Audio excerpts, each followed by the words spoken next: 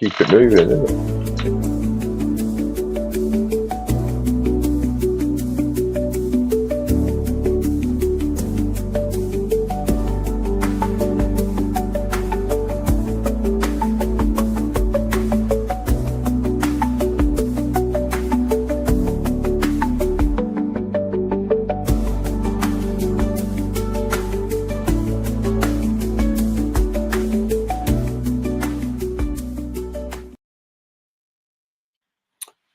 Good evening, one and all, and welcome to another edition of Cop Talk. And I must say, first and foremost, apologies for last week. We couldn't be here, but you know what? We're back and we're kicking, live and kicking.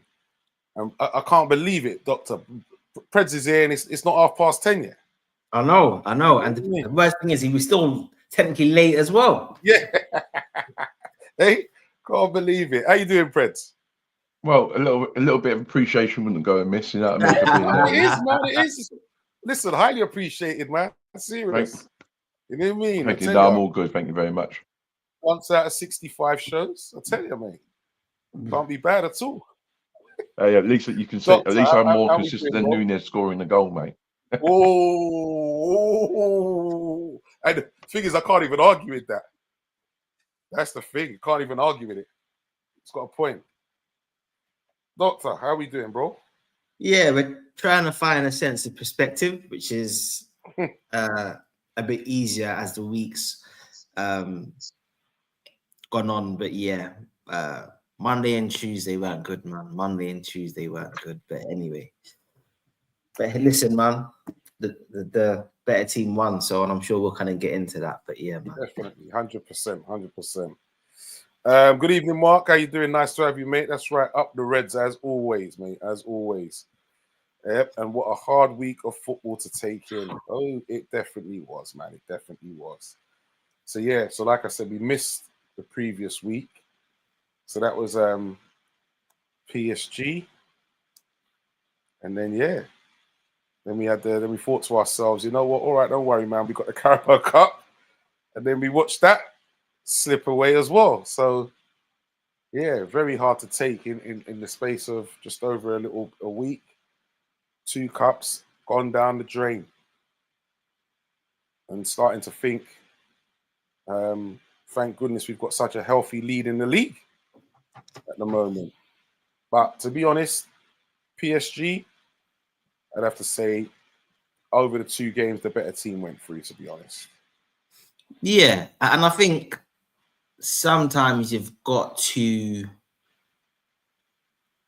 be a bit humble, and I shouldn't say that in regards to Arsenal fans, but I mean, I think it's slightly unrealistic to expect a new manager to come to a team, not make any signings, and run away with the league and also win the Champions League. I don't think that should be an expectation at all. And I think playing against PSG, for me, it was clear that although we competed well, especially like in the second game, obviously we won the first game, but you could just see they had a level that we struggled to actually match. And I feel like you saw how the investment that they've done over the last 18 months, you saw that come through. You saw how having a world-class player like Kavicka, how you can just change the dynamic and think to yourself, if we had signed him in January, do we then go through? Now, obviously, I understand why we didn't, but just to say, like, sometimes, as great as a manager is, you just need the players to be able to match what he wants to do. And I just think, yeah, it was disappointing, but also good to see that there is a standard that Liverpool need to get to. And when we get to that standard, then we should be confident of then winning these types of trophies. But I just felt, yeah, like we were outclassed. So have to accept it, man. Preds, PSG, the better team went through over the 2 legs.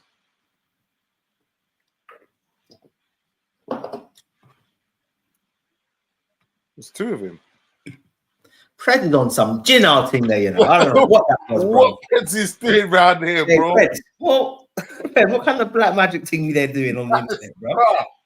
Bro, Hey, listen, that's a good way to commit a crime, you know. What do you mean? It wasn't me. I was live on air, bro. Bro, I was live on there. What Yeah. you did there, Prince. Listen, I don't know what juju was going on right there, but I'm telling you what. Did Now you I'm pause? back in the room. Yo, Yeah, I let thought, me know how you done it, yeah? Let me know, yeah, let me know how you done it, bro. I'm interested. But how do what? Yeah, yeah, yeah. and there was two of you just now. Like, just let me know, Oh, bro. was there? Yeah, that's what I'm saying. There was two of you on the screen just now. Let me know, bro. I'm Oh, interested. I'll let you know secrets afterwards, mate. PSG over the two legs. The better team went through. Yeah. As difficult as it is to say, PSG, I think it's probably look. Well, it wasn't level because they won the game in the second leg, but yeah, I think overall, I think PSG were the right team, went through in the end. We just wasn't. I don't think we was like any. We was like, I can't even say we were knocking on the door. Like we were just not. We got stunted by a very, very good team, tactically, physically, and they had more intensity and ultimately more quality. So, yeah, the right. We've just got one of those shrug the shoulders and say, you know what, hold the hands up, and we've met a really good side. Question to you both: if we had got PSG, sorry, okay, let me rephrase that. If we were at the same standard, and I think you have to accept, well, for the point in that we dipped slightly, but if we were at the same standard when we played Real and Leverkusen, does that version of Liverpool beat this PSG team? Because I thought we were slightly better in that kind of like November, December period. Well, fresher anyway. Does that version beat this PSG team? Do you know what? I'd have to say yes, because even though PSG were the better team, they had to beat us on penalties. They had to beat us on penalties. They didn't outscore us. It was a draw. Yeah, but we was no way. We was no way as effective going forward against PSG as we were against Leverkusen, Madrid, even. We just didn't look like we was going to score. Well, if in the second game in the first half, we had a couple chances, mate, and if we'd have taken them, it might have been a different story. Yeah, mate, but I mean, look, Donnarumma, what real saves did he have to make? Was that the one? I mean, like he made a couple of saves, but nowhere near in the league what Ali had to perform. The heroics Ali performed in Paris a couple of weeks back. Donnarumma was the one that because I thought this is it, right? Although I think we were a lot better in the second half, we competed, we pressed them, and we made it difficult for them. But I almost feel like we competed a little bit like an old school English team, right? Passion, commitment, set pieces, physicality. Whereas just on the purely technical aspects of football, pass, move, just as a technically complete team, that they were just levels to us, and yeah. VW boy, VW in the house, building. Royalties in the house, boy. Tell you, VW is in the building. Welcome, sir. Yeah, evening. Apologies, gentlemen. Apologies. No problem, man. Few technicals and 40 winks turned into like 60. Okay, yeah. Don't worry, mate. No worry, mate. I know all about the technical issues. Yeah. Let's say a big shout goes out to Mr. Solo. Nice to have you on board, sir. I do remember people hit that like, that share, and that subscribe. You're right, mate. Mark wants to know if Preds has got a live brother.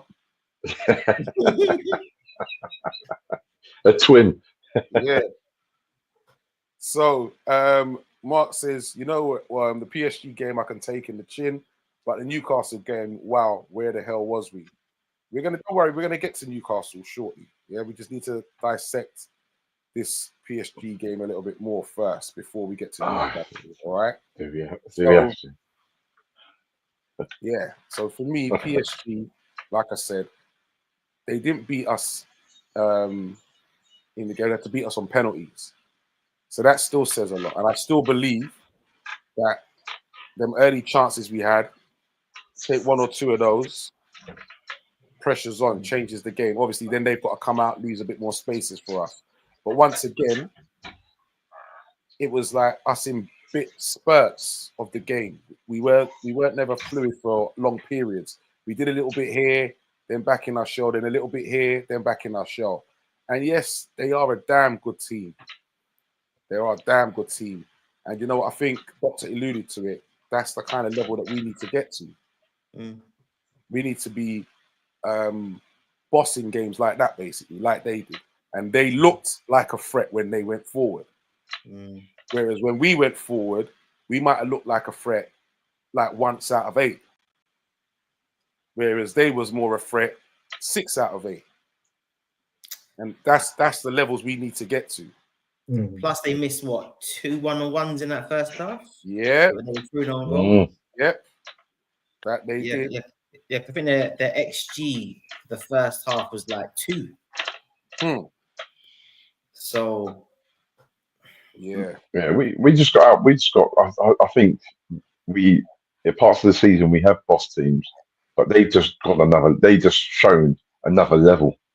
Yeah, this is it. They have in it. Yeah, like and that other level is like it's relentless. Like what they do and how they play is relentless. They got intensity. They got the physicality around the pitch. They got guile in the middle of the pitch, and they've got pace, agility, pace, skill, quality, and they do. And more 9 times out of 10, they have end product. So all the way through the team, like it's just another level. Oh, definitely. So VW was talking about PSG and saying basically, do you feel the better team went through on the night? How do you feel about that game? Yeah, I think the best team, the right team, got the result. Over the 2 games, I think they were the better team, without a doubt. I think it highlighted we're a work in progress. Yeah, we're very much a work in progress. And I think our standards or our performances have been very consistent without being dazzling. And we met a team who were, are in a real special period at this moment in time. I'm not saying star-wise, but they remind me of, I don't know why, a young Ajax team of, is it 94, 95, 96, where you had the Kluiverts, you had the Carnus and all those guys, you had the Ball brothers, all in that team. David, Seedorf were all in that team. It was a young, youthful team, and they were moving mad, and they were tearing up Europe. And most people didn't really expect it. Do you get what I mean?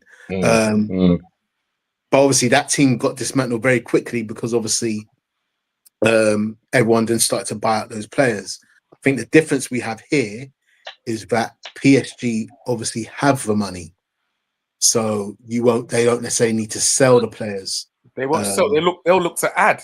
Yes, exactly. Exactly. So yeah. It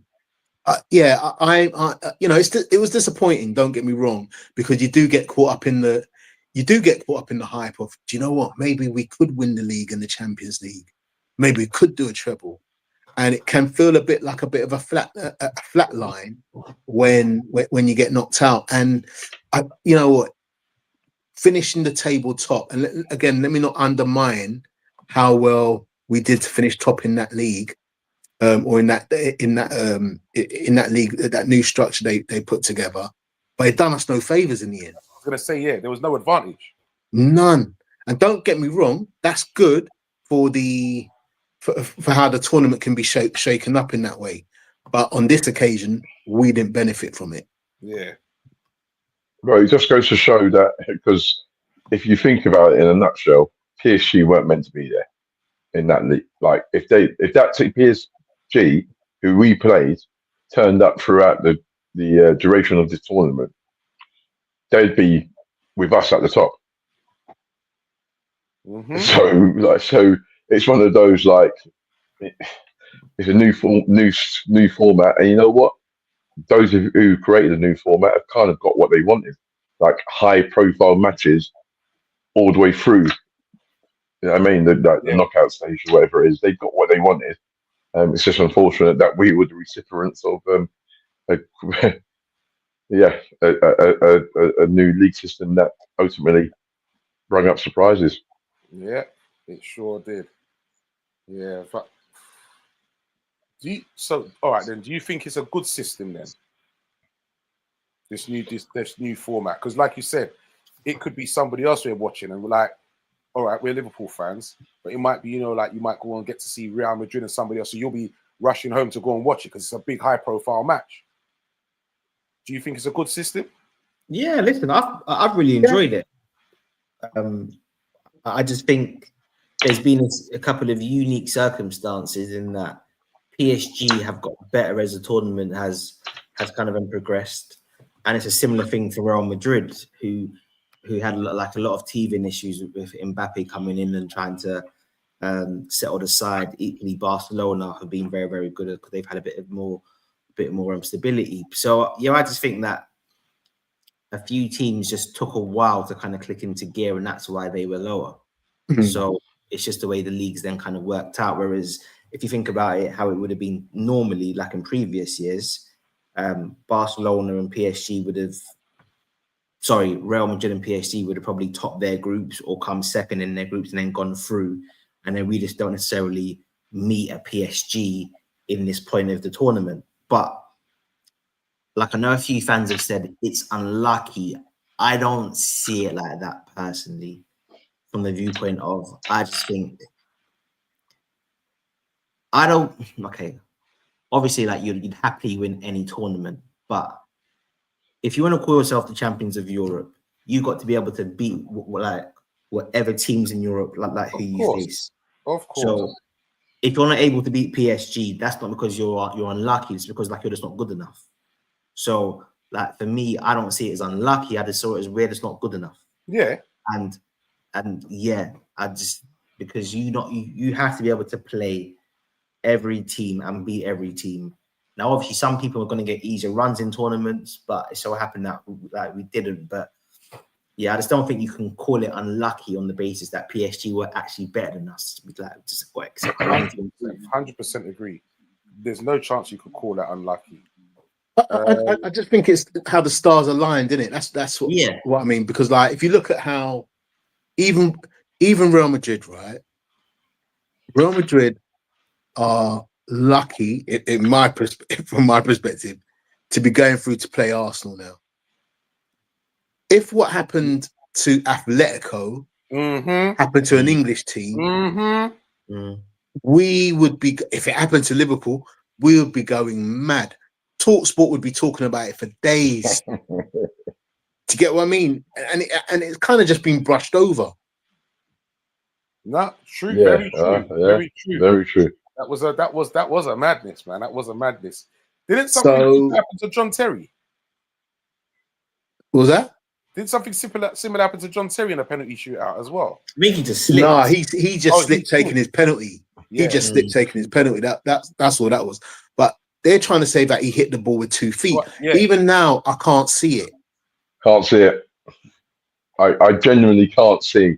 Like they've done video after video after video, even on social media. To this day, I still can't see how they've been able to come to that decision. Crazy. Criminal. I did see an angle towards the end, but I don't know if it was doctored or not. But this camera angle, apparently that's what the VAR had, and you can see the second touch on that one. But I just think they need to have a rule where they just say retake the penalty. Like there's no way you score a penalty, you're walking back to the halfway line cheering, and then they're saying it's been disallowed. Like that's crazy, bruv. But Mate, it was cruel. Like it was cruel. Like they done how it all panned out, and the referees like stopping the next penalty, and then it's like next penalty, and then so like ruling it out. I mean, I'm fully expecting them to take another penalty, and it's like no, that's it. Yeah, no, you can't because you have to remember during the game, if that happens, you don't get to take another penalty. Tell you what, boy. But I can't even see. You can't take another penalty. But I can't even see, gents, the advantage what he would have gained from hitting it with 2 feet. You can't even see that it's an intentional advantage from it. Yeah, it's not an intentional advantage, but imagine if players were to do that, then they could trick the keeper. So basically, that's why they just outlawed it, innit? Because it's got to be one touch. So Yeah, but you can't then say, all right, then you threw it with 2 touches, but there was no advantage. You've just got to be, it's got to be cut and close, innit? It's either there's no 2 touch or it's going to get silly. I think the laws should allow for a accidental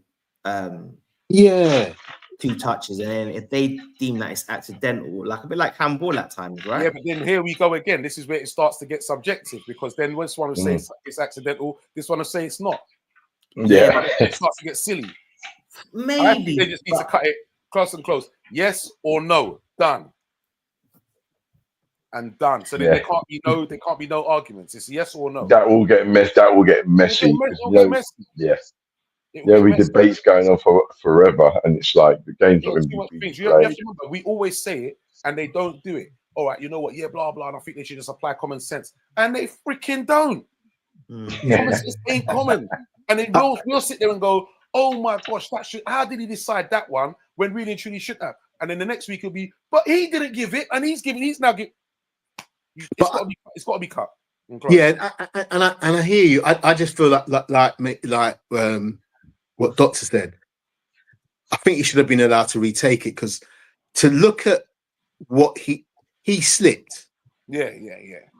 So he slipped. So, and that's what I mean by there's no advantage to be gained in that situation because he slipped. And as I said, up to this day, I still can't see how he's hit it with 2 feet. And you're not going to get an advantage intentionally by slipping and nudging a ball with 1 foot and then taking it and taking the shot with the other. It doesn't make sense. However, the laws of the game say that a penalty strike, it must be 1 touch. Yep. And before you can touch the ball again, somebody else has to touch it. The Real Madrid jammy, innit? Real Madrid jammy. It's just the laws of the game, like laws of the game. We can. It's like could be if parts and maybes, but it's just like it was just the brutalness of just like that's something I learned anyway. That was something I did learn in regards to penalty shootouts. Going back to what Marcus is, what I was gonna say. Frig that penalty. I think we fell apart when Trent went off injured, but our penalties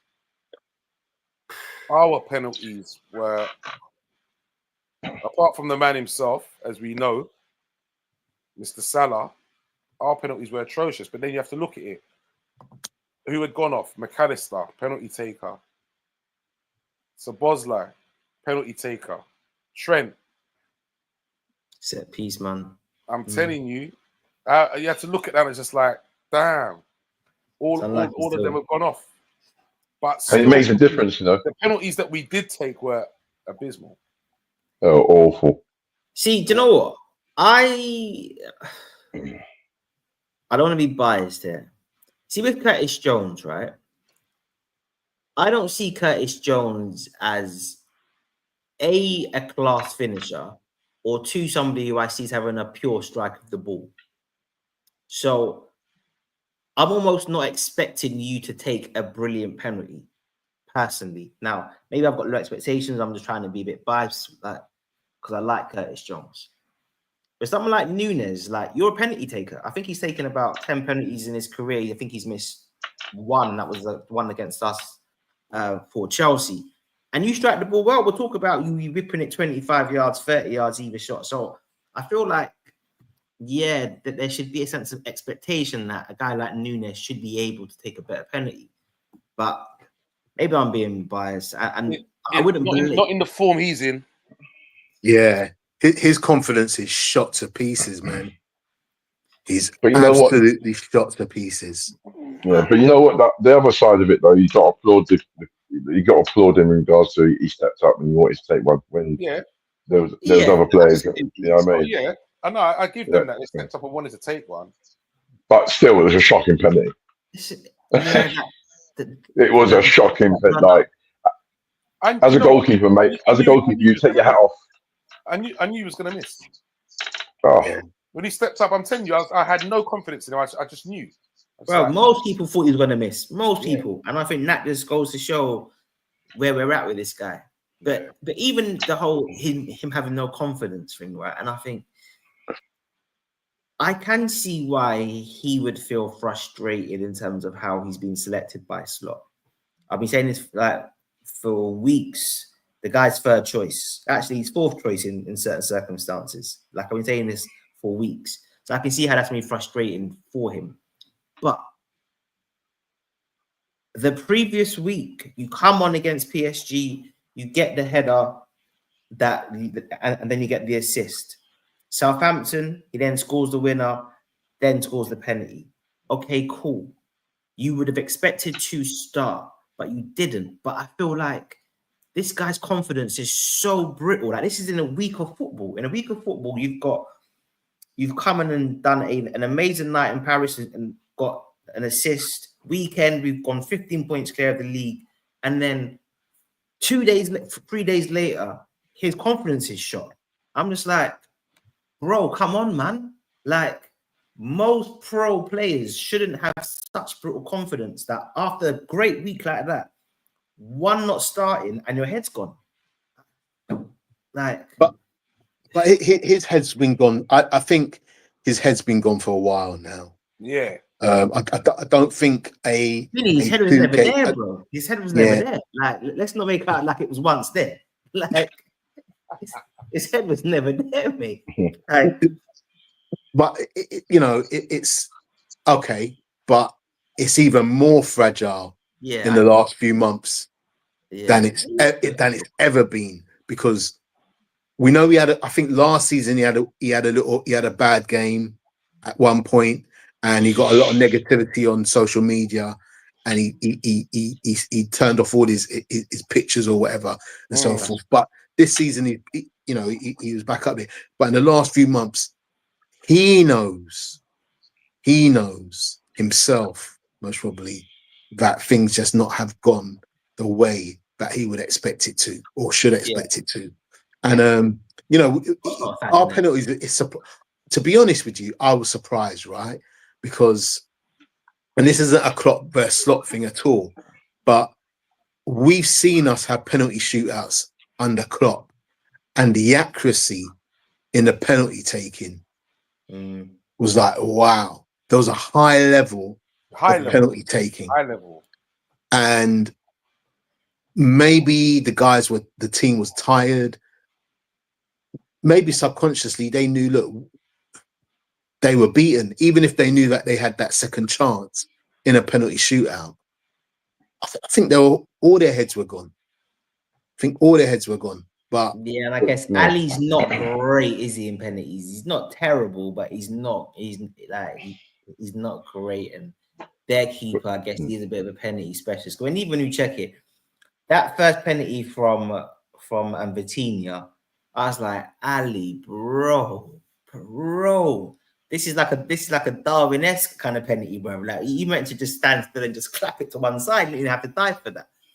But yeah, but it's hard to blame Ali, right? He's done one of the games of. But that's the difference. That's the difference between teams like Real Madrid, as lucky as they are. They didn't really play particularly great. Atletico Madrid hit them hard, but they managed to see the game out and then get to the penalties. And that's the sort of side. That's what the sort of qualities you need as a team. You've got aspirations of going forward in the Champions League. You have to get through those patches. And hey, not forget as well though that for all that we're saying as PSG with a better side, their goal was quite lucky because Kanate just went to block the ball, cut out the ball, and it just happened to fall. Yeah, but you know what? Yeah, but the damage was done already, mate. The damage was done from But from they when hadn't the scored, ball bro. got played. They Huh? hadn't scored. No, what I'm saying is what I'm saying is the damage was done within the move. Mm. Their move was They were slick, covering something No, and it was slick. and they cut it over, and they cut us open. And you know what that's saying is, you know what the forwards always get the advice when you can see the number of your centre half. That's when your centre half is messed. Yeah. And Kanate, once Kanate was square on, then Bele just made that run in, and it was one of those where if Kanate wasn't there, it was going to be a tap in. But the only thing Kanate could do was do what he done, and like I said, the damage had already been done. Already been done. It was just a matter of like how they're gonna get the ball over the line. The movement and the rotation from the front players of PSG just absolutely cut us open. Can I just quickly throw in a random side note here? Random, right? Did anyone see the disallowed goal that Bournemouth scored against Spurs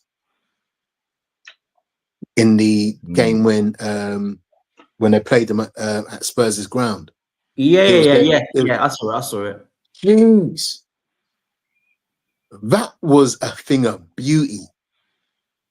It was a thing of beauty. Again, it's random. Yeah. Get a chance to go back. It was offside, didn't it, from the halfway line? I think, it was given as offside, but the movement, it tore them apart. It was like how they didn't win that game is unbelievable.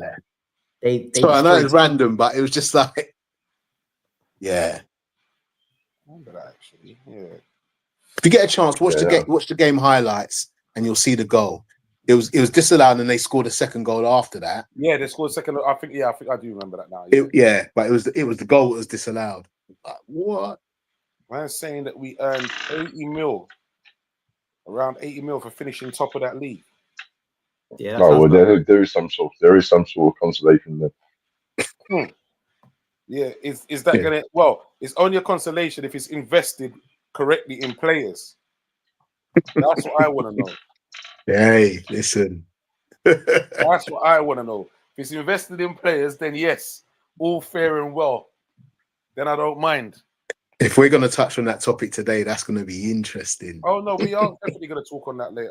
Definitely going to talk on that. Definitely, 100%. Good evening, CW, Mr. One Liner. Nice of you to join us, sir. We were lucky in the first leg, so PSG earned their luck with the goal in second leg. But PSG were better in both legs, so I didn't complain about who went through, to be honest. Okay, very, very true. Very, very true. All right, so we'll chalk up that PSG one to us losing to the better team. We have to put that down to we lost to the better team. Then we moved on to play. Was it Southampton? Yeah. Southampton. Yeah, Southampton. Poor start once again. Go 1-0 down. Still, be honest, I wasn't worried in that game, to be fair. And then, bloody hell, Darweezy, man. Comes and turns things around. Oh, hold on. Was it not PSG, then the cup final? It was, wasn't it? PSG 1, Southampton, PSG 2, cup final. Yeah. Yeah. So we haven't talked about Southampton. Yeah, we didn't talk about Southampton. Yeah, we weren't here last week. Yeah. So if we're talking about second leg of PSG, so it's not trying to dictate the show, but if we're talking about second leg of the PSG game, then the next game's the Newcastle game. But if we're talking about, what we was going to say actually was, okay, yes, the Southampton game. That had a bearing for me on the PSG game because you thought that players would have been rotated and rested. Right, yeah. And once again, Klopp slot slips to his usual 11, man. It's like, how many games do you think these guys can just keep churning out back to back, man? Every like 3 to 4 days. Yeah, but I think it just shows very clearly that he's got a set 11 who he trusts. Mm. And if you think about it, when you do rotate, it's only been the Plymouth game where we've fully rotated. Other than that, there's been a few people in and out, but it's not been like whole changes. And it just, for me, after the PSG game and contributing to the Southampton game as well, which is also the Newcastle game, is that yeah, I think these players are mentally and physically tired because these are the players that he trusted for a huge, not just a part of the season, huge part of the season. If you look at the team that started against Ipswich, you know, apart from Konza coming off, it's more or less been the same team. Mm. Yeah. So it's from the start of the season till now. Yeah. Mm. And I mean, you were challenging on 4 fronts. Yeah. Yeah, it just highlighted that we may not have the strength and depth to go and challenge for 4 titles. But that's what well, I don't know about that, because for me, we've all seen the players that we've got on the bench. We've all seen them, and we know that they can do a job. They're not being played. I did think At that Liverpool, none of them have just come. Apart, the only player is Chiesa. None of them have just come.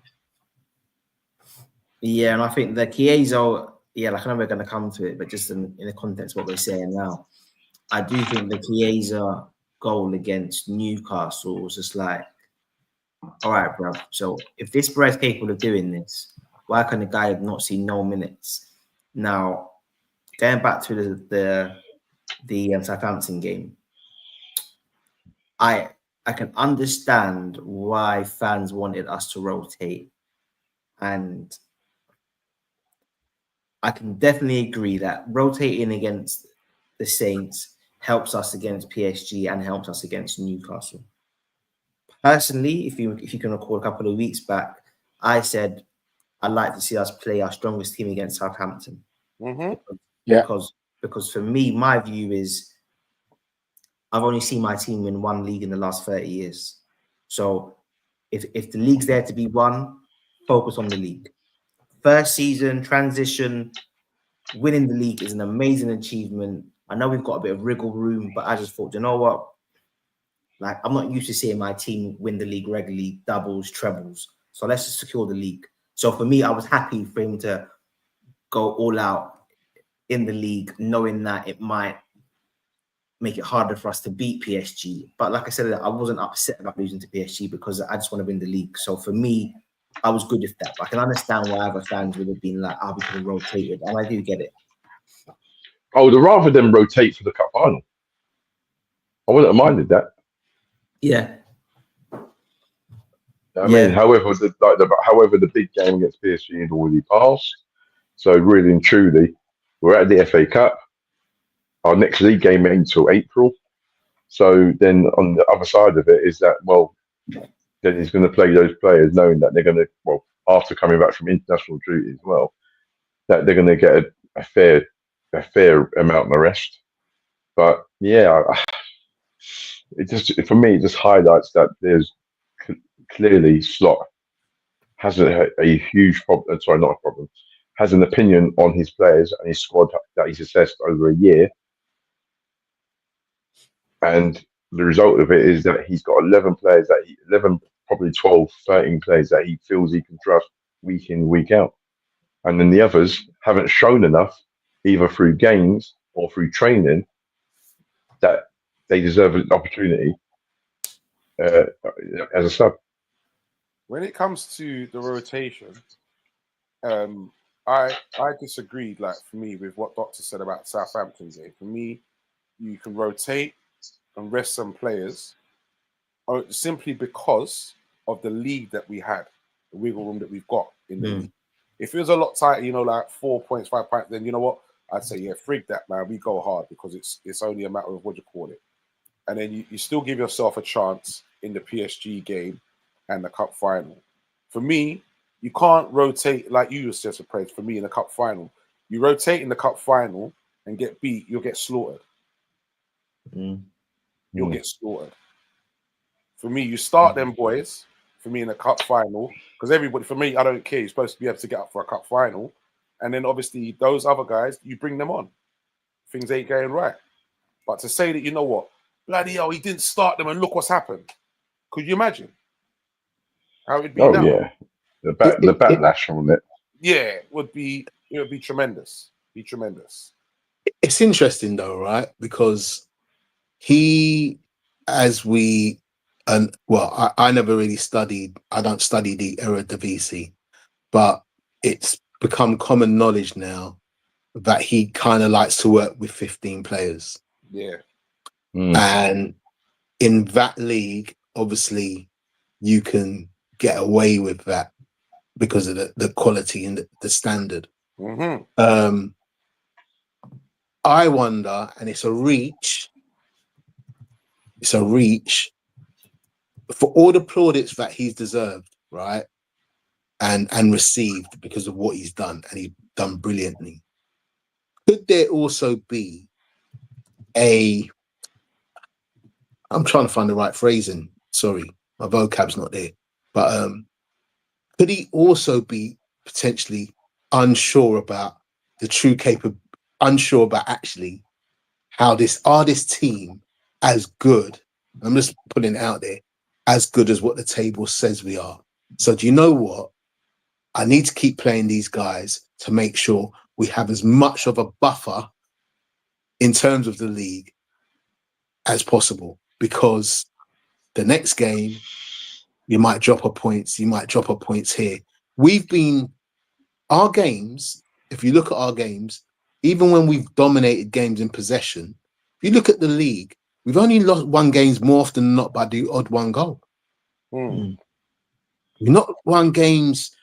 It doesn't look like we're going to be a title-winning team where you've had these performances which are 3 or 4-0, completely blitz the team, not only just in the control of the football, but in terms of the goals scored and the difference and so forth. I know that our goal record is quite high. I'm not disputing that, but it just feels like we're doing enough. And I wonder if his mindset is, I just need to keep us getting through those league games. Does that make sense? Yeah, Yeah. It does. It does, V, and I think that's deliberate, because I feel when you look at our XG over the season, our XG is significantly higher than many other teams. There's quite a bit of a gap between us and then the second and third best team. So we are obviously creating chances, but obviously we're not taking them. But I do think in Slot's mind, if it's 2-0, then the game's done. I don't need to be exerting the fullbacks, doing overlapping runs, more sprints, but back in to make it 3, 4, and 5. So I do think almost once he feels that the game's won, it's about let's conserve energy now. Right. But I don't see us pushing the down on the throttle like we would have done, say, on the Klopp and made it 3, 4, and 5. I just feel like we just looked at them manage games. But I do think he could change that though if he wanted to. But I just feel like we just become a lot more controlled once the league's intact. Yeah, I don't mind. I don't mind that. Because at the end of the day, as much as supporters want to see fantastic, flowing, high octane football, the other side of it is that it's about points and winning and getting the points.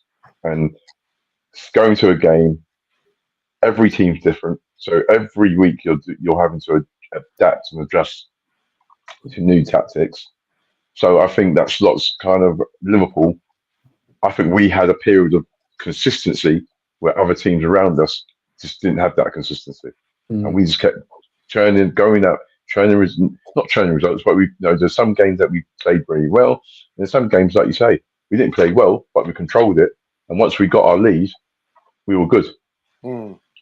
And when we were good, I mean, I have actually had to, as all Liverpool supporters had, make that adjustment from edge of the seat football to sitting back, and I'm thinking, but I'm not nervous. But I'm sitting back and looking at it because I'm used to Liverpool controlling Yeah. the match tempo. And once we've got that lead, he's going to make those changes. He makes a change every 60 minutes, on 60 minutes, every week, every game. He makes his first change, so he knows when when to make the changes. So I just think, yeah, I think those set players performed brilliantly, but it's just a case of the other players. Is it a case of Slot not trusting the other players, or the other players not stepping up? Mm. And you know what? To be fair, he's still learning on the job. Yeah. Yes, yeah.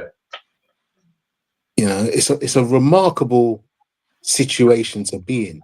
And again, I think I want to be careful that I'm not trying. I don't want it to appear that I'm scrutinizing every aspect of what he's doing, because, do you know what I mean? We're in a real good position in this Premiership. You know what I mean? But if someone told you this time last year that in a year's time you'd be 12 points clear in the league, would you take it?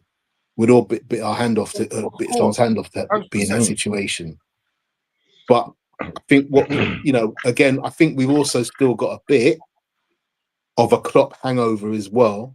Some of us, not necessarily in this group here, but generally across the fan base, in the style of football that Klopp gave and provided, and what Slot's doing. But you can clearly see that Klopp's style of football, and it's not a criticism it is a criticism, but I'm not kind of putting a shadow over what Klopp done. But you can see the negative impact of Klopp's football in terms of the burnout. And I guess with what Slot's got, you've got the sustainability. It's almost like it's just enough. Yeah. We're doing just enough. That's a great phrase. That is a great phrase. It is just enough. You can see it. But I also feel as well, right?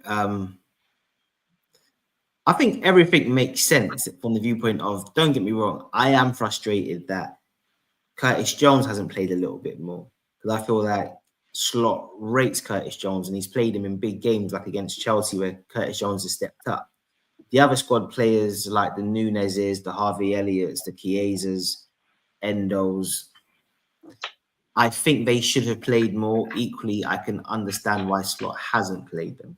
But I just think, like you say, V, innit? For us to be 12 points clear after losing Klopp and not sign anybody, like I saw a stat that was something like, until we signed Chiesa, and I think even with Chiesa, I think Liverpool were the only club in the top 5 leagues throughout the whole of 2024 that hadn't signed a single player. Like, we didn't sign anyone for the year. Wow. And if I was to look at all of the players, all of the actual teams, there's probably not that many teams that have only signed one player. So I just think you have to look at that in context, right? And I know going to have rival fans saying, yeah, but when your players go and the rest of it, I just feel like the future is so bright because he can now see, I need to add this. This guy's not good enough. I need the left back to be able to do this. He can now see how his tactics now work in the Premier League. And let's say he had in mind that he wants to have 2 fullbacks who are going to fly forward. Now he might think, actually, I need to have one that's going to invert. So I just think not only has he been able to see the Premier League and work out how his tactics now work, he now knows exactly what profiles he wants to then improve the team. And if you think about Newcastle, everyone knows that I rate Diaz highly, rate him highly, but he was a non-event against Newcastle. But you can clearly see how we add a left back, a top quality number 9 to the team. Just those 2 positions are like straight away we move 10% higher up, 10%, well, probably even higher than that. So I think these are easy things to solve in terms of where the improvement's going to come. And I just think Slot just needs to get players who he rates. But equally, I can respect a manager who's saying, I don't rate you, I'm not playing you. I can respect that. I can respect that. So now Chiesa knows, bruv, the manager don't rate me, I'm dusting. None of this, like, I'm just staying around because I love the club. No, like, you're not being played, go. That's how it has to be now. Like, ruthless settings. None of these man leaving on free contracts. Naby's not playing, but he's there for 3 years. Origi, we're turning down bids from Wolves, and 3 years later, leaving on frees. No, if you're not getting minutes, go. And I think moving forward now, it's going to be ruthless settings. So it's all good, gents. It's all good. Ruthless settings. Off with your head. Henry VIII thing. You can't give me a son, you're gone. You're gone. So that has to be ruthless settings. So CW says that where has that gone?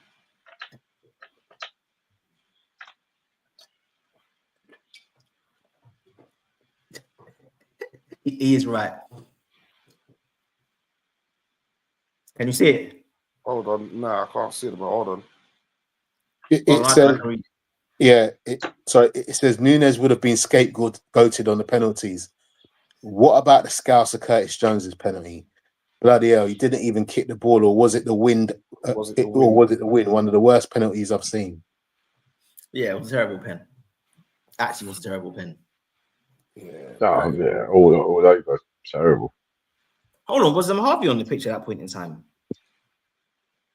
Who? Harvey. Yeah. He wasn't it? Yeah. Yeah. Yeah, but didn't Harvey take a penalty in one of our previous cup finals? Sure he did. Yeah. But maybe, right? But we didn't score. We didn't use all 5 penalties, though, did we? So we would have had Harvey to come and maybe Van Dijk.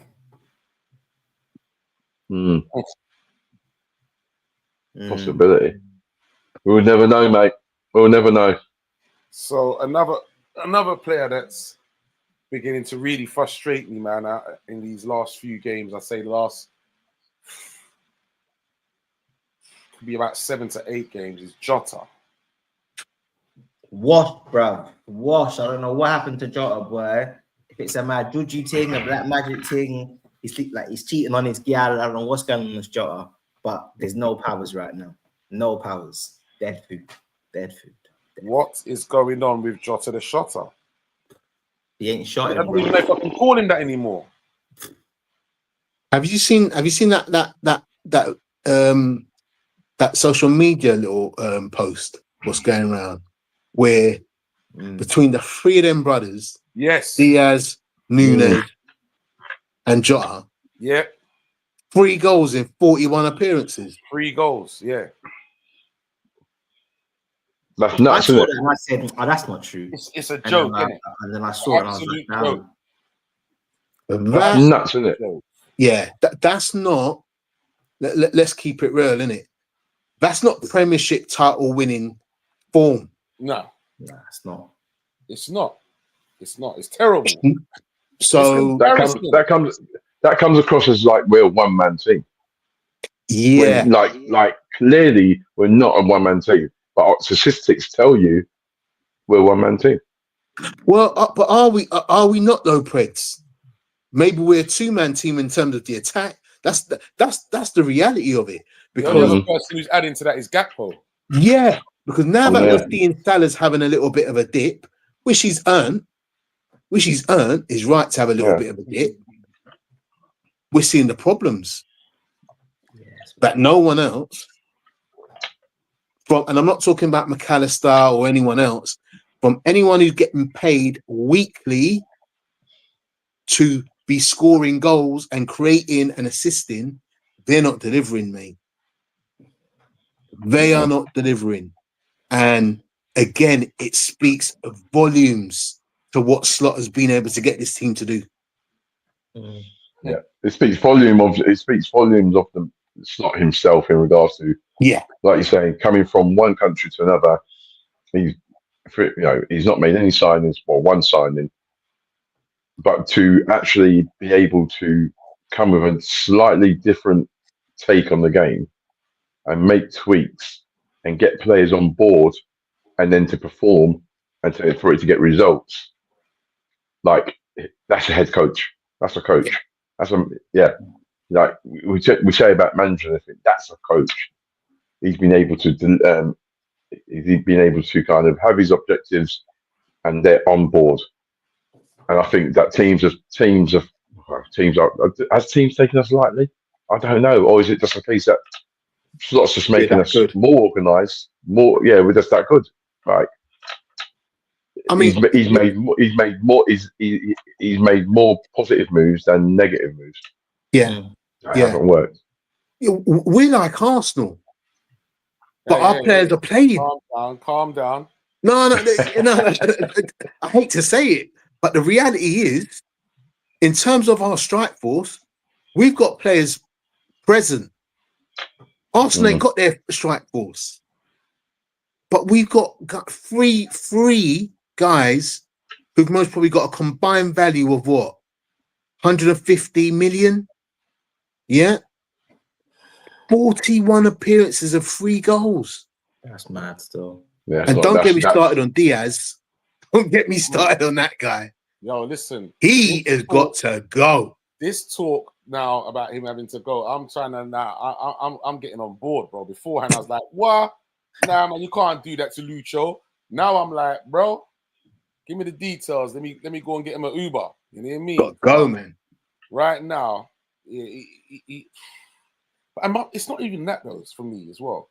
It's like Gakpo's back fit now. Gakpo was doing the business.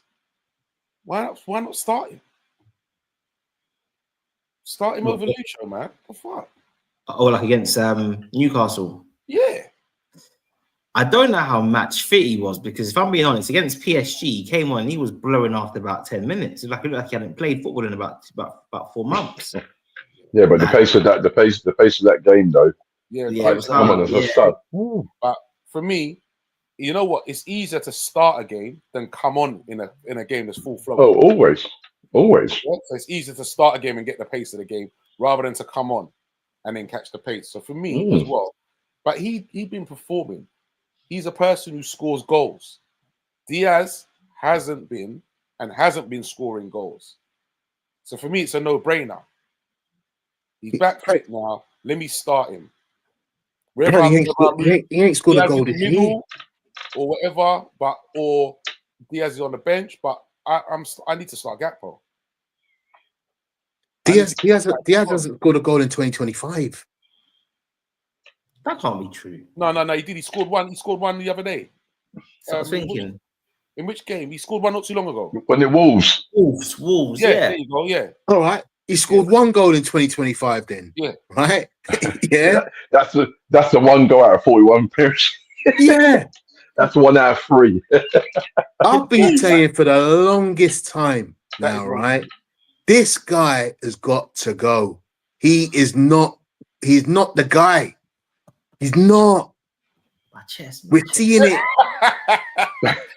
Yo, doctor's feeling a bit. Nah, man, Diaz is my guy, man. I can't lie. Diaz is my guy. He's not the guy, doctor. He's not. He Okay, is. okay, hold on. Let's break this Diaz argument down. All right. So first, Vinny, because you brought it up, why has he got to go? Because he don't do nothing. He don't do nothing. I said it before, I say it again, right? He's a Latin Tony Daly. Yeah. That's what he is. Yo. Now, don't get me wrong. When you talk about utmost disrespect, you know. No. And you know what?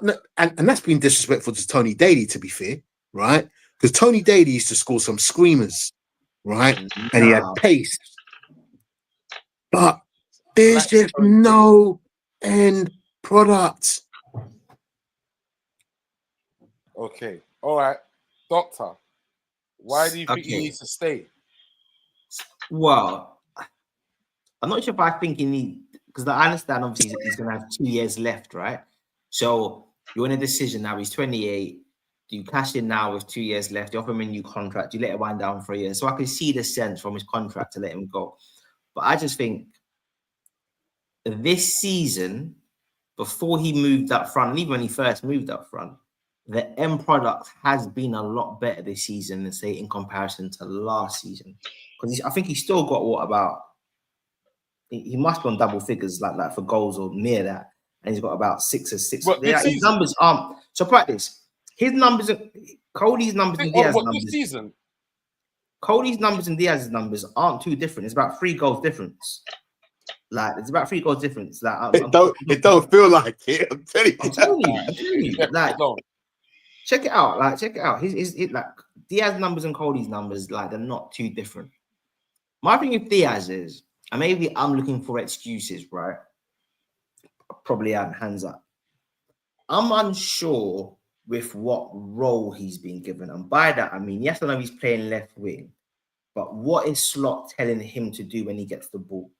Because personally, I don't always think he's been given the same role that Mo gets, where Mo gets the ball and Mo's got license just to go. You just go and create havoc, take people on and be direct.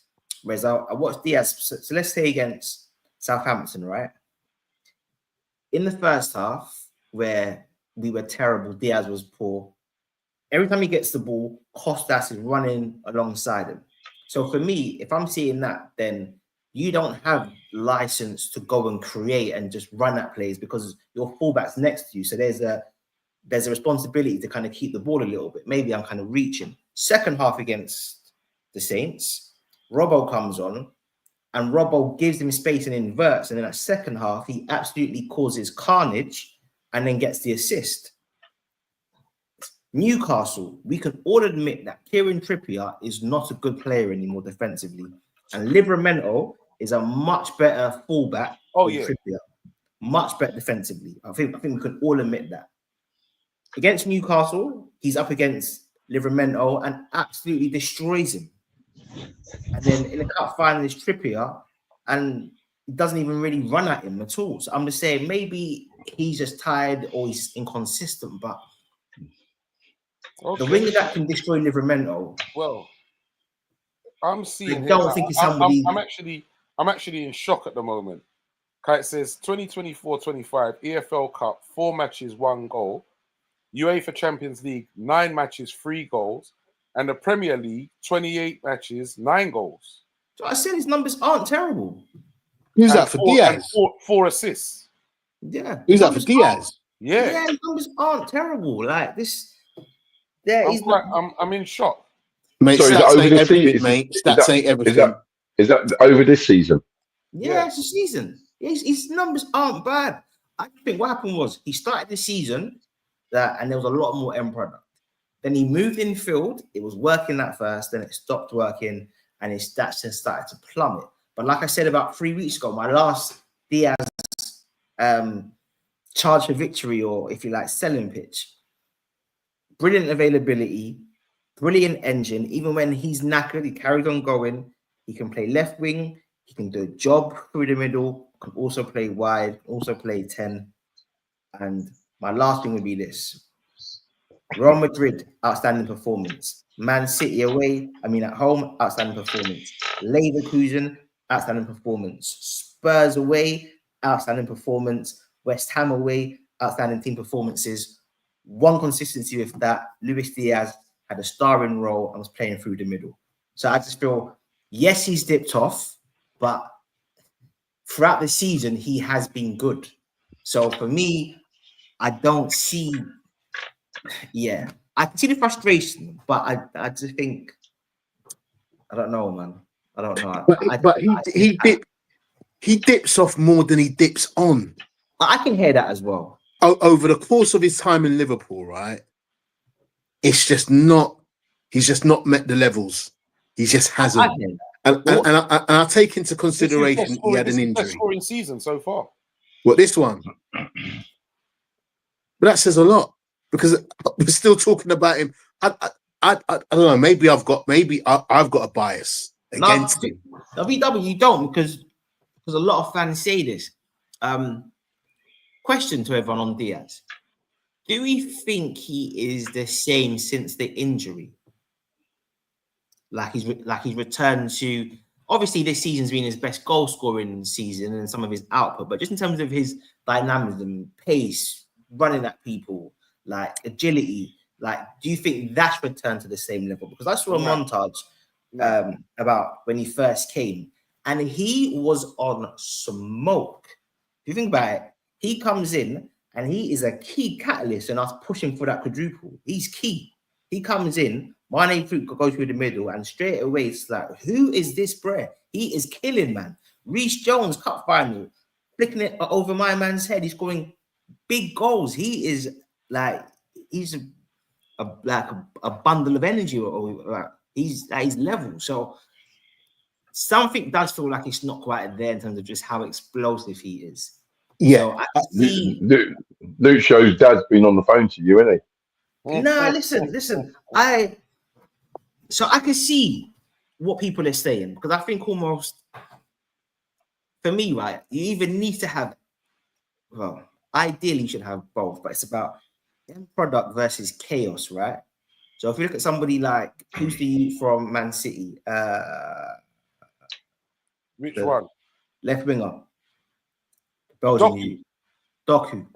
Doku's chaos and there's no end product, right? But I think sometimes just creating chaos can be enough to help your team win. And I can see that Diaz isn't doing that either. No, he's not. He's not. Because you put Doku against PSG, and although he might not score a goal, he's got Hakimi running back in it, like he's skinning Hakimi, and therefore everything then has to then move back. And even if in his dribbling ability, it's giving Liverpool yards if he's playing for us. So I can see that Diaz isn't doing enough of either thing anymore. Like the end product's not quite good enough. The chaos that he's creating isn't quite good enough. So he's somewhere in between. I can accept that. So I'll say this, right? That, and I know people say hindsight's a wonderful thing, but I felt this at the time.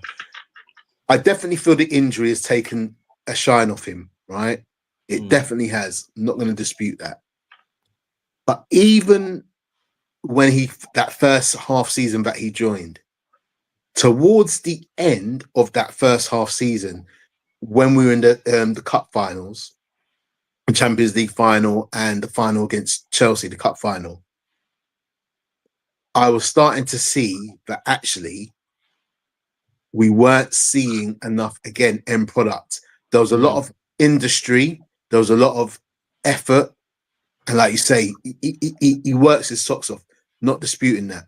But it was almost like even at that point, he was getting a bit found out. Yeah, he was getting a bit found out. You see, and I know it's difficult, and I know they're two different players, but you look at someone like Mane, right? Mane could adapt. Yeah, it's levels, isn't it? It is levels. Do you know what I mean? It's levels. And you're seeing that, and maybe again it's the expectational levels that we had with Mane and what we now see with Diaz. But I think the reality is that we've had whether we like it or not, we've got a transitional strike force because we're now realizing that this strike force ain't good enough. And it needs to change. By far, 100%. Easy creds, he says, up fellas. Actually think Slot will learn from this. You can't keep the same squad constantly over the amount of games they have.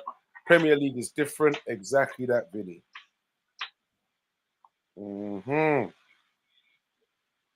I fully agree. Big shouts goes out to Mr. Fitzwarren. Nice to have you on board, sir. We also have to talk about that cup final, gents. Do we really?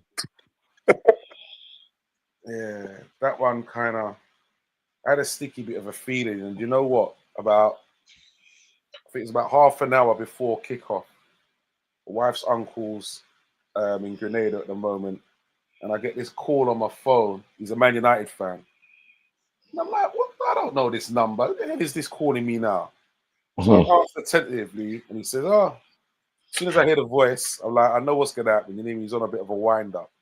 He's there telling me he dreamt last night that Newcastle won the game 2-0.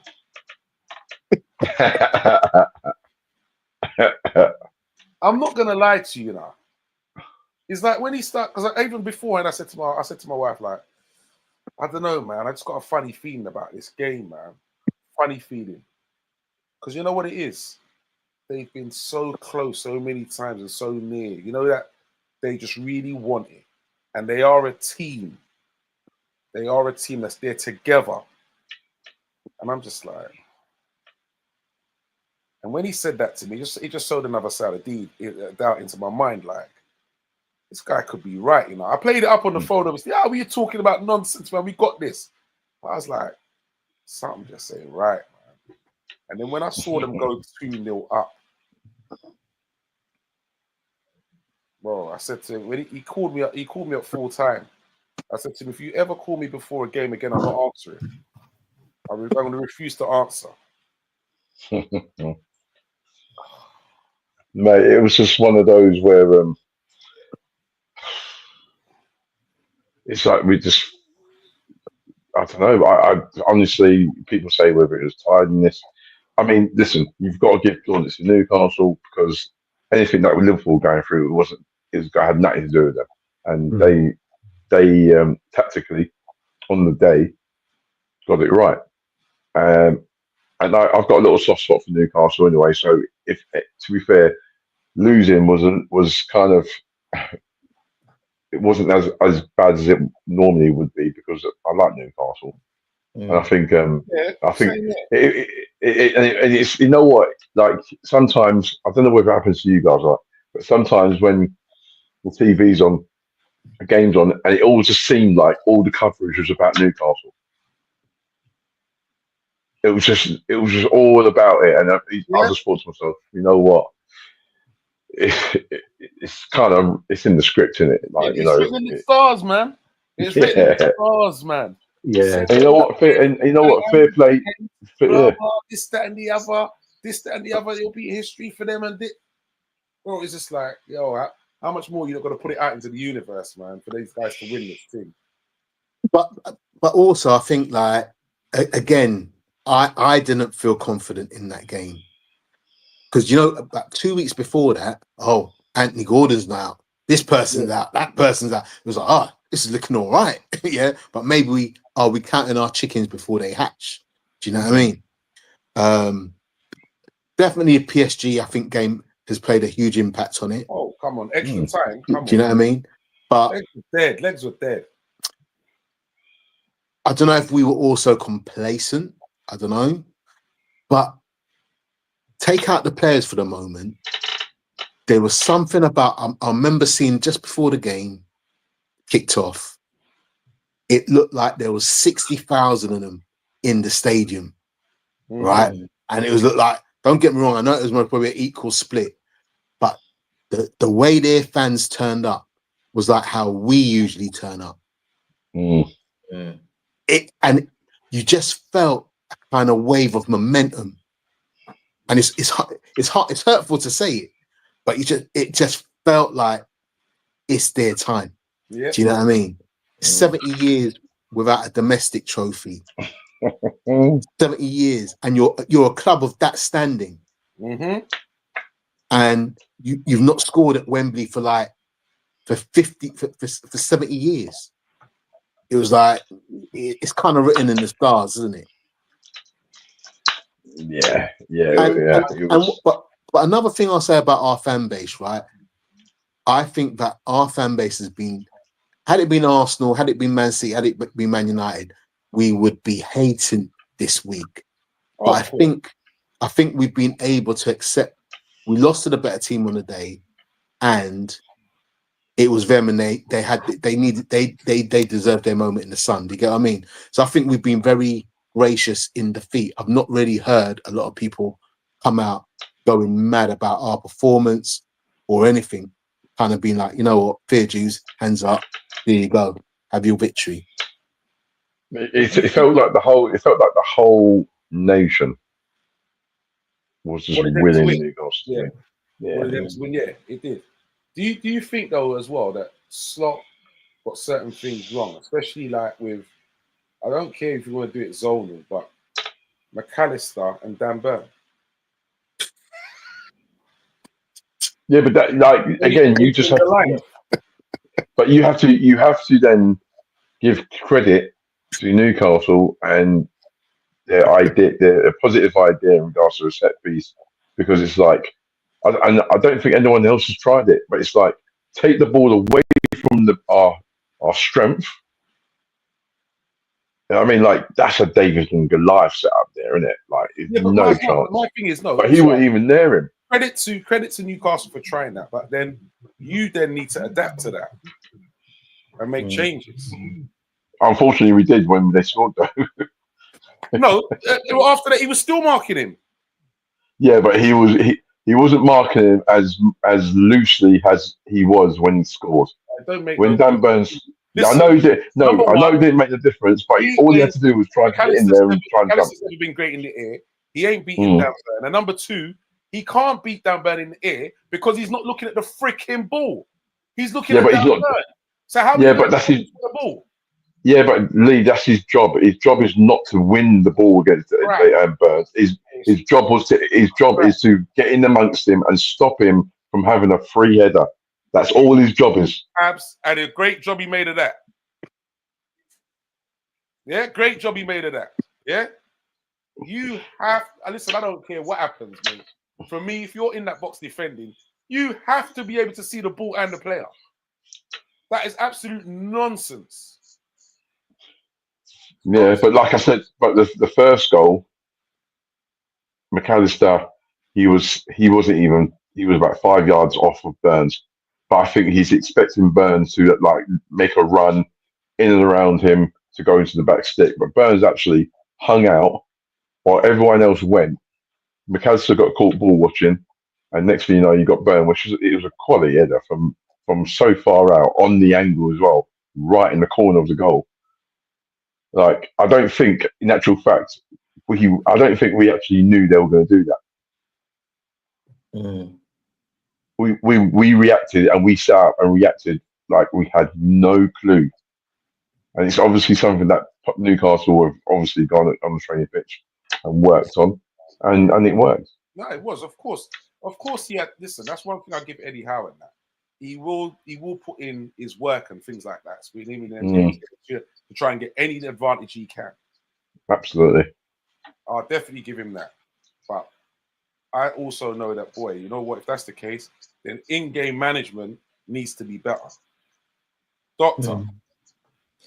Yeah, I saw like that. Apparently, we've only conceded one goal from from corners all season. Apparently, so I guess coaching staff. Don't get me wrong, we haven't been very good going forward, but I guess we are 12 points clear, right? So can't complain about that too much.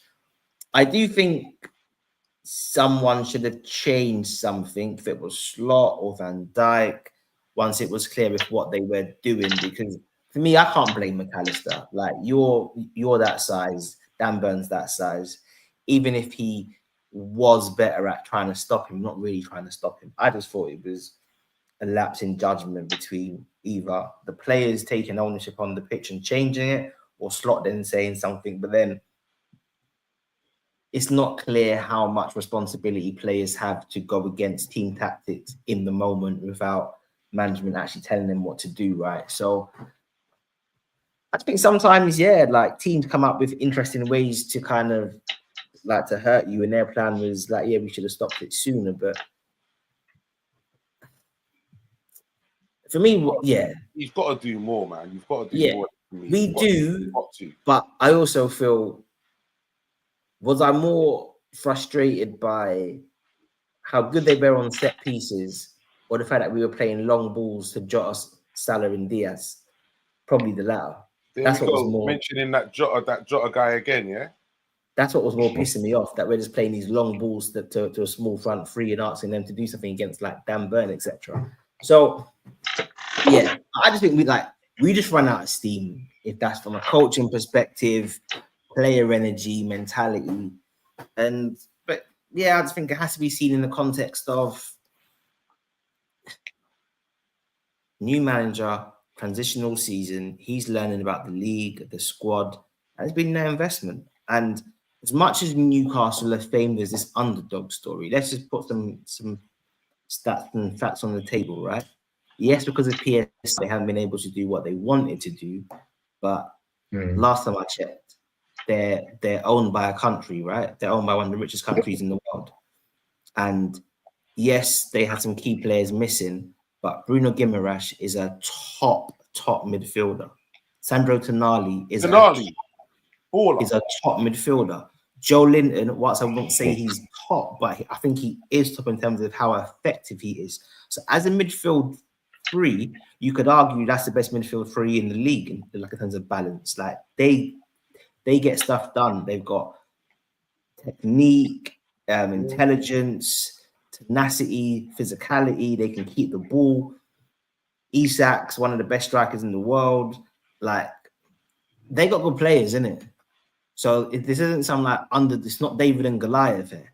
Like, they've got players that start for our team. So, and the fact is, I think I saw a stat that says something like, in terms of, we've played 9 extra games in them this season. So if you've got a team that's got very, very, very good players and they haven't had as demanding season as what we've had, I think it makes sense why they were fresher for it, man. Apart from, you just made a statement there, and I agree with it. I just want to see if you think the same as me. Apart from Isak, obviously, who else from that team starts in our team over who? Right now, or if everyone's fit and if everyone's fit. If everyone's fit and firing, in both teams. Yeah, I'd say Isak, the left back.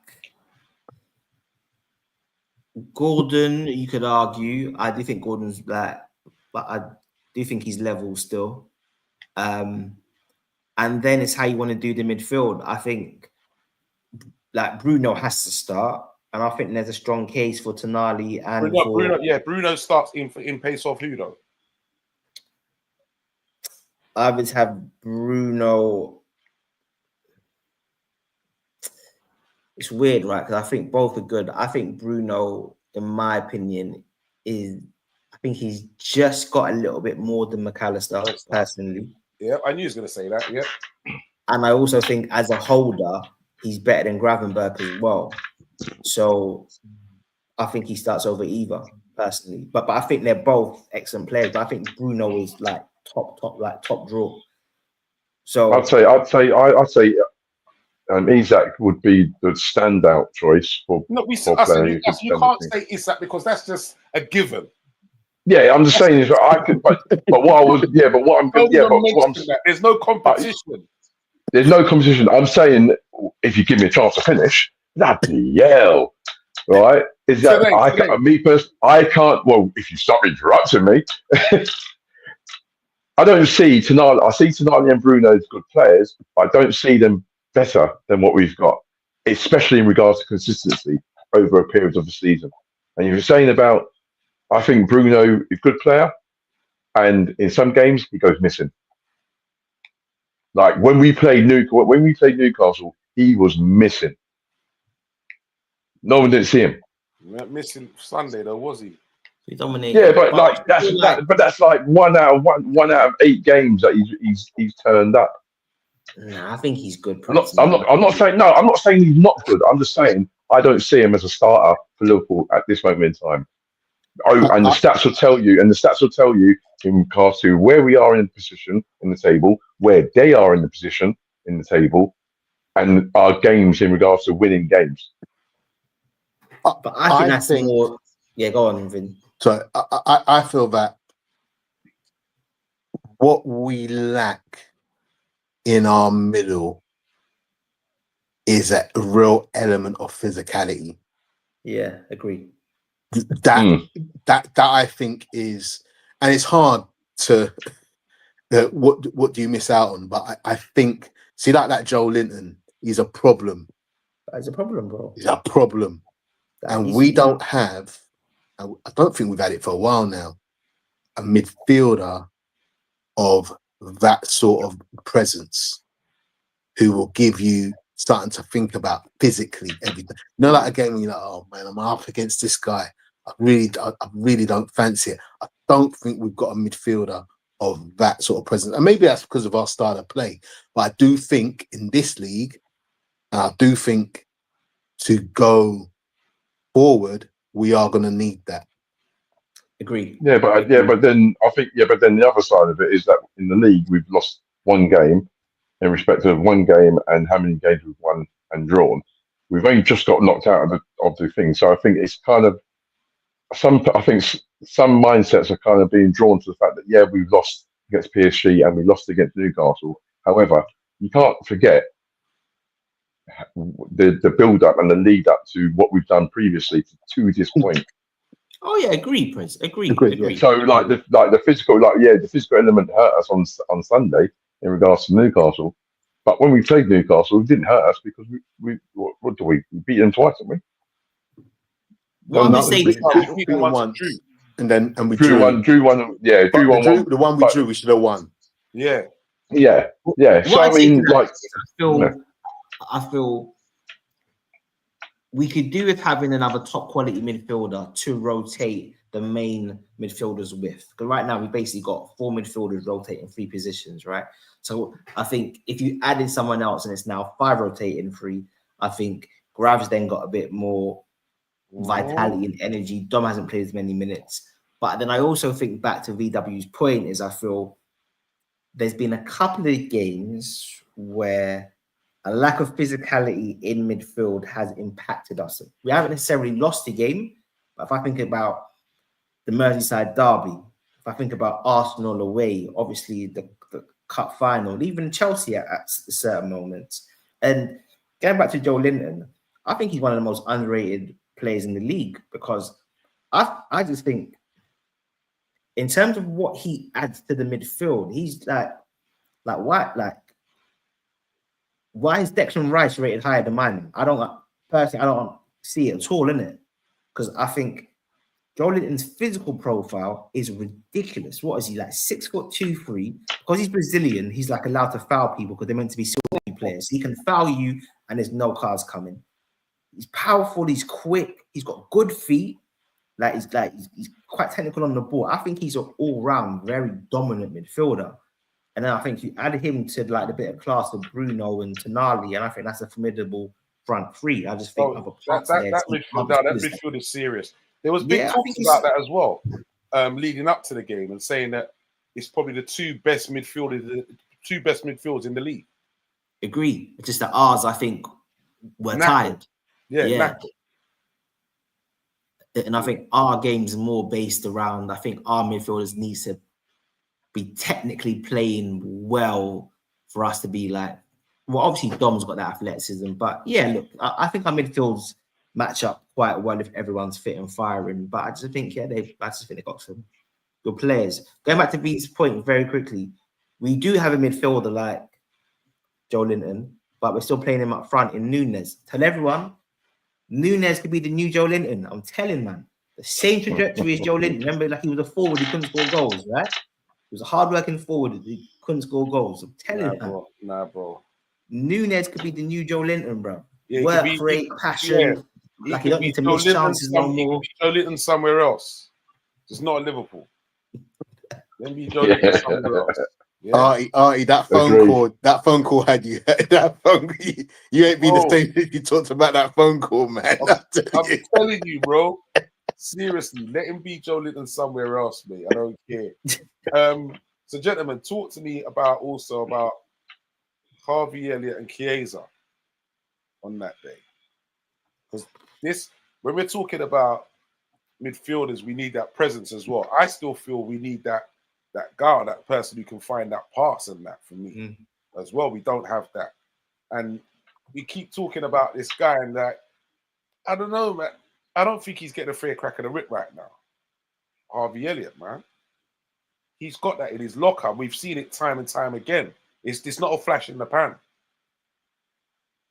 Yeah. You know what it is? Unfortunately, it's that short man syndrome sort of thing. I just got a feeling, right, that he slot don't he doesn't have enough of a presence. It's a shame, isn't it? Because you had someone like Messi who first, but the way our league is set, it doesn't work. You can see why Klopp kept him. You can see why Klopp kept him all this time, and it's really interesting because he splits opinion, man. He splits opinion in the two groups I'm in, football groups I'm in, Liverpool groups I'm in. He splits opinion. I rate Harvey, man. I rate him still. Yeah, man. I like him. But I do understand why he hasn't played. No. I can understand why Slot hasn't started as many games, but I did expect that he would have at least featured off the bench a lot more.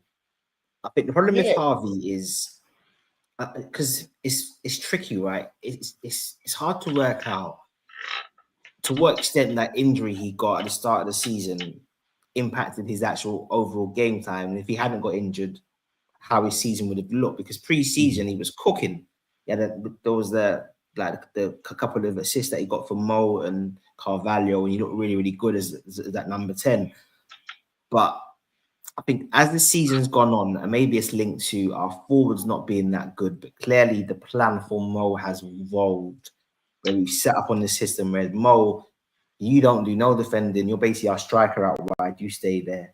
And then between Grav and the number 10, they have to cover that space. So maybe the physical needs of the number 10 has become more important as the season's gone on. And obviously Harvey is just short and slow, so he just can't do it. But I do think in certain game states, if a team's part of the bus or we need a goal, I think Harvey's brilliant. But if we're in a competitive match, in Newcastle and Arsenal or Chelsea, where they're trying to attack us, I just don't think Slot's got the confidence in him.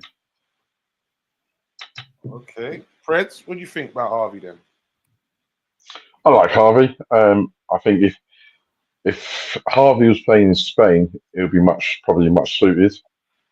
But in regards to the kind of the intensity of the Premiership, and we've seen what kind of Slot wants at the moment in regards to a number 10 in the likes of Szoboszlai, who has energy, the legs, and the ability to get around. Yeah, but it's not just. Yeah, but he's not. Yeah, but he's just not there for. The first thing you said about him as a number 10. The first thing you said about him, the energy in the legs, and that's your number 10 you're talking about. But he's got quality. We do know that, but then a number 10, like being a number 10, it's not all about how many goals you can score or how many things, because there's a team dynamic. There's a way of playing in regards to defending from the front, in regards to a front press, a mid press, a low press.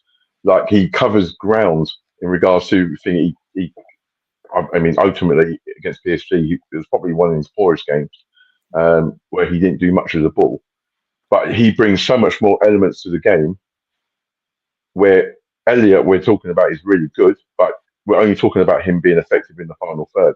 When ultimately we don't play where we have a number 10 who just stays in the final third. We defend as a unit. And I think that's the difference between why Elliott doesn't play and why Szoboszlai does play. It's frustrating. That is very frustrating. It is, but I do think, because if you think start of the season, right? For me, Mo was playing a lot more like an orthodox wide player. He was tracking back a lot more. He was covering Trent a lot more. Whereas somewhere through the season, I'm not quite sure when, Slot's kind of settled on this pattern of actually, Mo, you just stay high up the pitch. You don't come back, and between the right side is centre midfielder and Gravenberch, and then the number 10, we're now going to cover for you. So I think the moment that tactic became our go-to tactic, and if you check it since then, I think the only game I've seen Salah defending was against City away. That's because Trent was getting cooked. That was a different kind of cooking from Dom. But apart from that, Salah's basically a striker. Like you just stay up there. So I think, there just needs to be a certain amount of athleticism. And Doku was on some Michelin star chef stuff. Bruh, that boy, that was mad, you know. Mad cooking. But all right, so talk to me about Chiesa then in that game. Another one who come on the Wait, show. The talent is there, man. Because that was, I tell you what, I don't know if that was if that fell to Nunes if he was finishing that. no chance. Boy, that And, maybe sorry, the I forgot to customer. say another thing that was pointed out is that when Harvey played that ball, how many people said as well? It was pointed out pair times. If Szoboszlai had that ball, he wasn't playing that pass. Yeah. Yeah, I can agree with that. And that's a positive aspect of him passing forward. But Chiesa, tidy finish, man. Those are the goals. Maybe that Those are the becomes goals. the Sorry, little. No, you go ahead, Pred. Sorry. no, you go, bud. You go. No, I was going to say maybe that gives. Maybe he showed in those few minutes that he was on. Maybe he's given Slot something to think about. Maybe it's like, you know what, we've got a little bit of a gap. Yeah, let's start giving you opportunity. And play him as a central striker. Quite possibly, because I tell you what, I think our first 2 games back, Everton and Fulham are gonna be very, very sticky games. Very sticky games. So I know what Slot's done with the other after the other international breaks is that the South American players tend to get a rest certain times, right? Well, Mac anyway. So yeah, Cody will probably start left wing. I'm gonna say I think against Everton, depending on when Colombia play, I can see it being Cody, Diaz, and Mo up front still.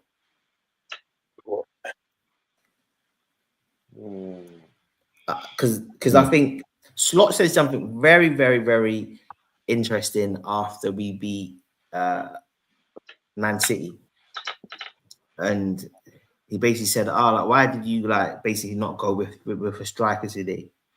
And he basically said Cody wasn't fully fit and he's had a knock, and Jota basically said that he needs more time to recover, so I chose to not go with a striker. Meanwhile, Nunes was blatantly fit, right? He's basically saying, if Jota was going to play, I would have played Jota through the middle and Diaz left.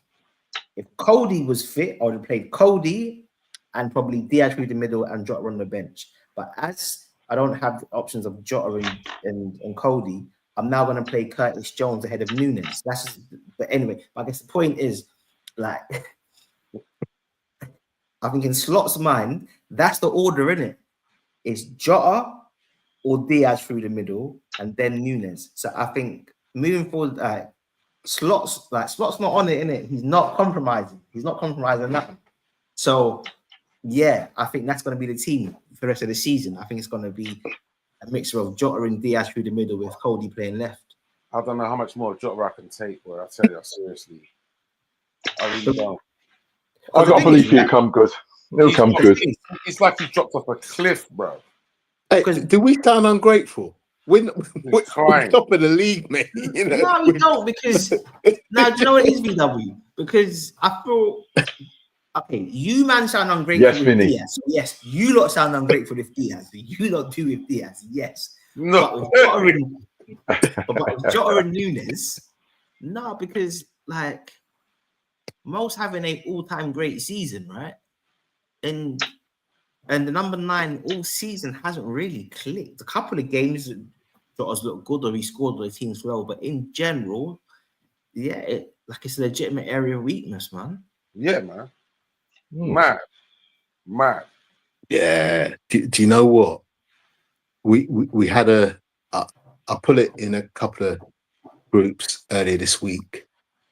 Our summer's going to be interesting because, or the next 2 years are going to be interesting because when you look at it, there is a lot of players who, through conversations I've had in groups, there's a lot of players we think can go. Mm-hmm. And we're not saying that, and it's not to say that Klopp left us with a bad squad, because our position and where we've got to a cup final, We've got to the 16 of the Champions League. We're at the moment 12 points clear in the league. He's left us with a good squad. But the reality of it is that we're saying that with Slot, how Slot's looking at things, there's a lot what needs to be changed. Yeah, but we're aging. You realise that we are quite of an aging side. Yeah, there's that as well. Like, I mean, we're aging. Like, if you think about it, you got Ali, who's in his 30s. What is he? 32, 33. You got VVD, who's 33. You got Robertson, 31. You've got Mo Salah, who is what, 33. Yeah. So, like, and that's like a core of our team, not our squad, our team. So eventually that's going to have to get, going to have to get changed. Do you know what? I'm going to go mad here with what I'm going to say. It wouldn't surprise me with FSG if they're like, do you know what, Mr. Slot? We brought you in you've been left with a good squad, but it's an aging squad what needs to transition and rebuild. It would not surprise me if we look at our big four, and the big four is Alisson, VVD, Trent, and Mo. It would not surprise me if 3 of them 4 went. Just how I think FSG moves, because it's too quiet. It's too quiet in terms of discussions. And I think that's maybe another reason why Slot is there to, like, do you know what? We're FSG, and again, I've got no foundation for this. It's just a feeling, right? But FSG, and maybe we're looking at the long term. We're looking at the long haul. We're prepared. Years time. Yeah, because we've seen how FSG operate. They operate really well. We can't deny that. But they do operate with very much a long-term goal, which I like. And we will have to adjust and adapt to the fact that certain players who we've grown accustomed to over the last 8 years because of their level of consistency and where they brought us as a club to heights we've never been at before have to leave. And it could be that they just go, we'll take the plunge, you all leave now. Because like, there's things you've heard that, like, you hear rumors and X, Y, and Z on other social media platforms, X, Y, and Z. And one thing I heard was that in regards to Mo and VVD, if it's to be believed, that both of them have stated that they want to stay. Yeah. Both of them have stated that they don't want any extra money. They want to stay. However, FSG are saying, well, in actual fact, we don't want to pay you what you're getting at the moment anyway, because of the age and because of how FSG they work. And if you think about it, like and like I said, this is only based on rumors that's going to be going on in social media. I've had similar talk, man. I've had similar talk. And that kind of narrative is like, well, yeah, that kind of fits in with FSG in regards to bringing in younger players and trying to recycle the older senior players and doing that a little bit earlier. For me, it's just I've said it before and I'll say it again. It's just got messy because we should not be in this position.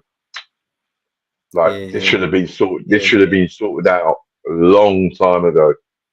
And if we think about the players that are actually in this position, do you think? The question to you, lot, and anyone else who's watching, do you think any other of the big clubs would let themselves get in a position like this with their big stars, unless the star said, "I want to go"? I don't think any other team in Europe would be in this position. So I think you are right with that, but I do think there's a bit of context with things. So I think the first thing to say is, well, two things. We're not meant to be winning the league right now, according to FSG. This is a complete bonus. Absolutely. Yeah. So I was thinking this. Winning the league this season, does that mean that the club would be more ambitious with their plan of just getting rid of these older men and bringing through younger players? Or are they more likely to say, actually, we'll keep them for a couple? I don't know how that impacts it. I think the second thing to really think about right now, right, if you look at it, FSG have had a structural reset, right? In that Klopp got all this power. Pep Linders was doing a Pappy show, saying these players shouldn't be signed. Pep Linders thought he was too big for his boots. He's been sacked within 3 months. Anyway, that's a separate matter. But the fact is, we've had a structural reset in that it went one way. Klopp had Schmatka. He was hiring sporting directors, and they said, Klopp said, I'm leaving. Maybe they knew, maybe they didn't know. But from what Klopp's done, from once Klopp's gone, they've then basically re-brought this structure back in place, right? Edwards has come back. Hughes is now there. Ward's back. They've got this whole new structure going on. And the plan was new manager, let him work with the players, see what he wants to do, and then we move forward, right? So we weren't meant to be here right now. They weren't expecting this at all. Nothing in terms of what they have done says that we're expecting to win the league right now. Nothing at all. Nothing. So I think you're right, Prince. And I think what Vinny said as well, I think, yeah, this could be a summer where it's like, okay, cool. Like everyone must go, innit? Like everyone must go. And apparently in Slot's second season in final, I think, well, including youth players, I think about 13, 14 players went. So Slot's used to having a high turnover and saying, this is now my team, I'm not going to work with it. Maybe with this team, he's going to be a bit less reluctant to want to do that. But yeah, I just think these man are gonna. Yeah, I just think they're gonna be open just to getting rid of man, isn't it? Yeah. Yeah. So quickly, let's go. Mark Foster says Diaz, Nunes, Jota, it's time to go, but with contract issues of Salah, that's them all. You'll be looking at 300 million for 4 forwards. Doctor wants Nico Williams as a replacement. He scored tonight, Chris. He scored tonight, man. He did. Diaz numbers are bad if you look at that guy he replaced, Mane. And Cred says, beginning of the season, he was good. I keep him. So, Yeah, but now we're near the end.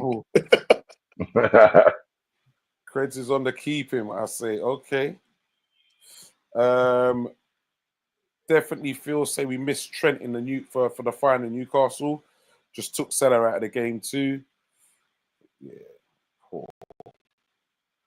Very, very poor. So quickly, gentlemen, before we round up, speculation about Mr. Alvarez.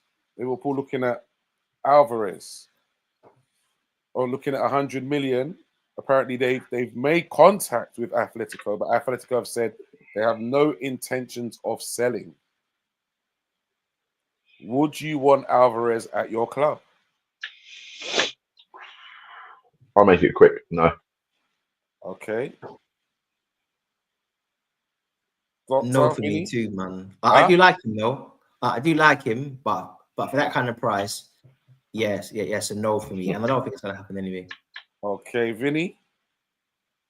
Yes. Ooh, okay. Ooh. And so, But, if it but was not a necessarily case at of, that price, but yes. if it was a case of at 100 million, and you had both players to choose from, Alvarez and Isak,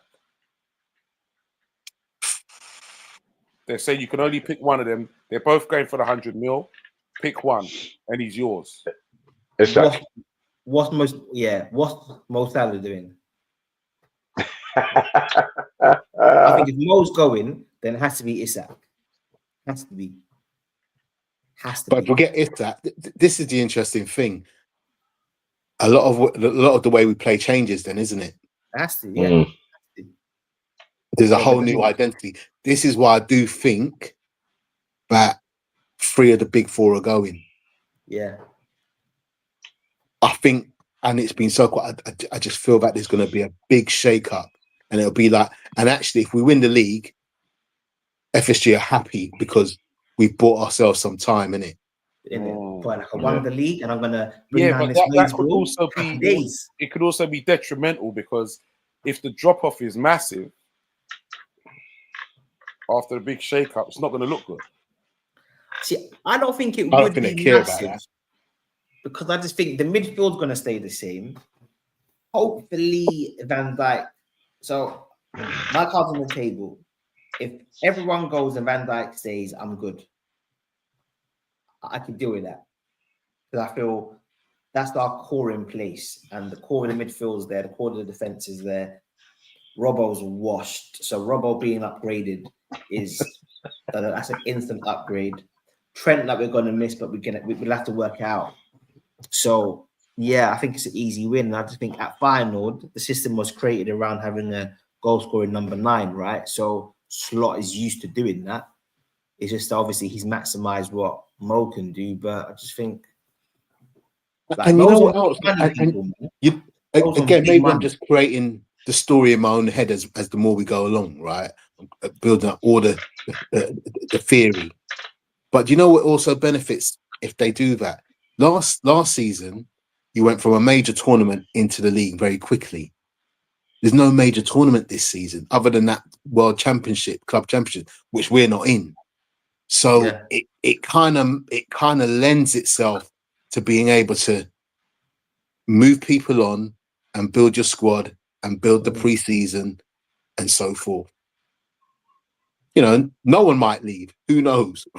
Nah. But people are going. But people, because I think it's going to be a hot summer, mate. Yeah, man. What's that phrase? Cruel summer. Yeah, what's that phrase? When these lot are playing checkers, then they're playing chess, innit? Yes, And yeah. These men are looking the way that Edwards worked in the past, and these guys are looking at transfer windows, 18 months, 2 years in the future, innit? That's how they're planning things on. Yeah. So the fact that the first signing that they made was the long-term replacement to Alisson, I think that kind of shows how these lot are looking to move, innit? Yeah. So Mark Foster said, Hall over Robbo. And then CW said, Hall over Robbo, Guimaraes over Szoboszlai. And obviously, like we said, there's no point in saying Isak. You know what I mean? That doesn't make no sense. Then he goes on to say Tonali over Gravenberch, potentially 2, as Gravenberch and Matt 10 technically playing as 2 8s in the 4-2-3-1 system. And then they go on to say, are you having a laugh, Doctor? About Nunes playing in midfield. Listen, man, it worked for Joe Linton, man. Like Midfield. It's happened in the past, man. Like that's let's because get man like Joe Linton can play football.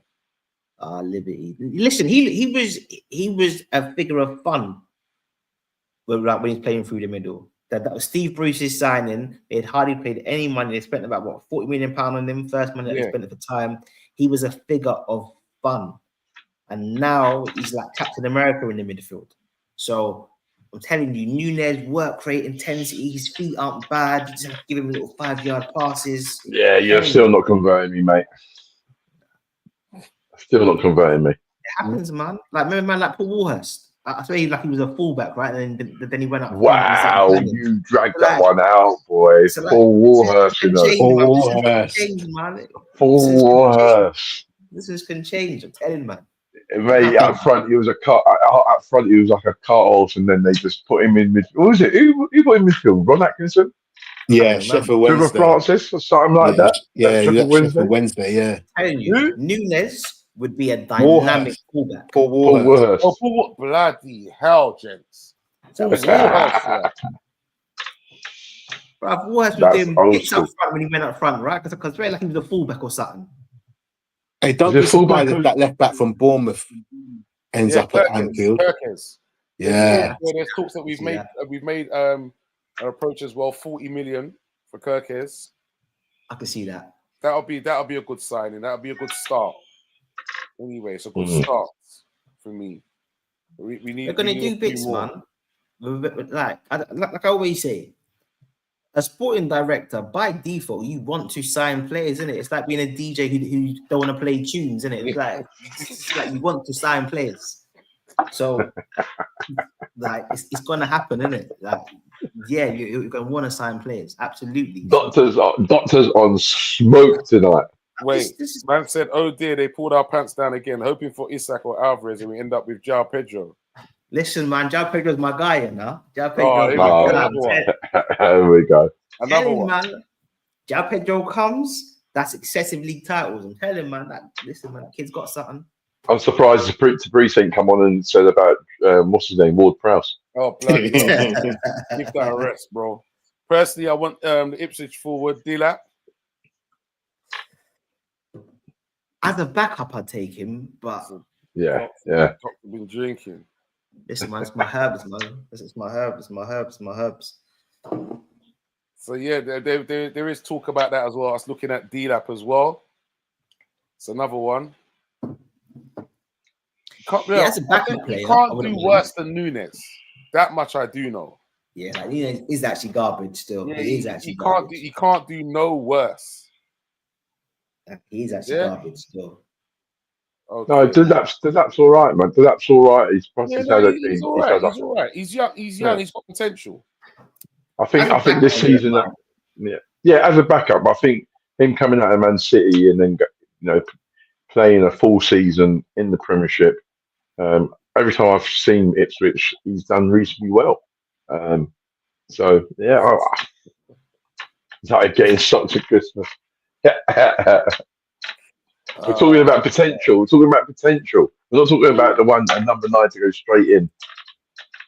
Yeah, but we need someone. I'll tell you that much. Okay, gentlemen, I want to say thank you very much. It has been a blast once again.